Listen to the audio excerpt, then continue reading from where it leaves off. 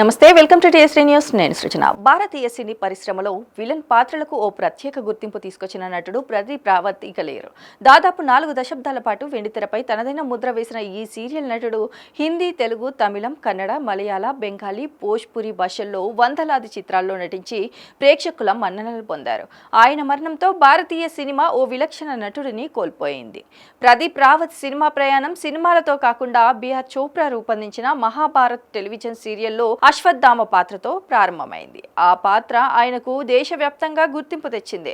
అనంతరం బాలీవుడ్లో మేరీ జంగ్, ఆవార్కి, సముందర్, సర్పరోష్, లగన్ వంటి చిత్రాల్లో విభిన్న పాత్రలు పోషిస్తూ నటుడిగా తన సత్తా చాటుకున్నారు. ముఖ్యంగా లగన్ సినిమాలో ఆయన నటనకు విశేష ప్రశంసలు లభించాయి.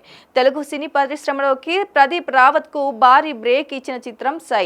దర్శకుడు ఎస్ఎస్ రాజమౌళి తెరకెక్కించిన ఈ చిత్రంలో భిక్షు యాదవ్ పాత్రలో ఆయన చూపిన నటన ప్రేక్షకులను విపరీతంగా ఆకట్టుకుంది. ఈ సినిమాతో ఉత్తమ విలన్ గా నంది ఫిలింఫేర్ సంతోషం అవార్డులు కూడా అందుకున్నారు.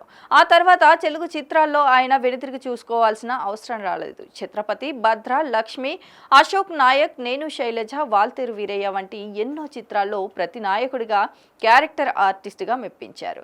ప్రతి సినిమాలో తన గంభీరమైన స్వరం, హావభావాలు, శక్తివంతమైన నటనతో ప్రత్యేక ముద్ర వేశారు. తమిళ చిత్రసీమలో గజనీ సినిమాలో ఆయన పోషించిన విలన్ పాత్ర మరింత గుర్తింపు తెచ్చిపెట్టింది. ఆ తర్వాత అదే పాత్రను హిందీ రీమేక్లను పోషించి దేశవ్యాప్తంగా అభిమానులను సంపాదించుకున్నారు. విలన్ పాత్రలో ఎంత భయానకంగా కనిపించినా వ్యక్తిగత జీవితంలో మాత్రం ఎంతో సౌమ్యంగా, అనుకువగా మాట్లాడేవారని సినీ ప్రముఖులు గుర్తు చేసుకుంటున్నారు. ప్రదీప్ రావత్ నటించిన చిత్రాలు, ఆయన పలికిన సంభాషణలు, తెరపై చూసిన ప్రతిభ ఎప్పటికీ ప్రేక్షకుల మధ్యలో నిలిచిపోతాయి. ఆయన మరణం భారతీయ సినీ పరిశ్రమకు తీరని లోటుగా మిగిలిపోనుంది.